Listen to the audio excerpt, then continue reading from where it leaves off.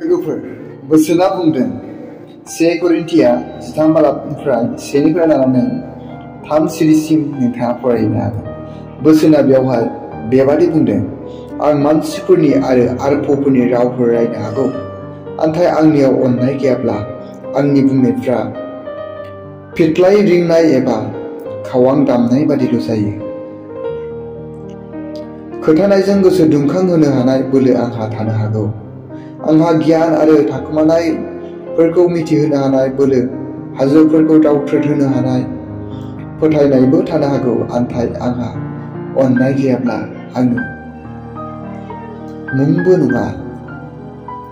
आङो गावनि दंनायमानिखौ हावरियाफोरनो दान होनो हागौ आरो अराव खामहोनो थाखाय गावनि मोदोमखौबो गथायनो हागौ। अब्लाबो आंहा अननाय गैयाब्ला आंहा मुंबो मोनदेरनाय गैया। प्रेज द लर्ड। दिनै अननायानो दिनै संसाराव देरसिन होननानै जोङो करिन्थिया बिजाबा जोंनो फोरोंलांदों रोखा रोखा। दिनै अननाय गैयैनि थाखायनो गोबां न'खरफ्रा बायफ्रुलांगासिनो दं। अननाय गैयैनि थाखायनो गावजों गाव समाजाव, रायजोआव, न'खराव दिनै बेले बेजेया सोमजिनो हमबाय। हामबायसै लोगोफोर।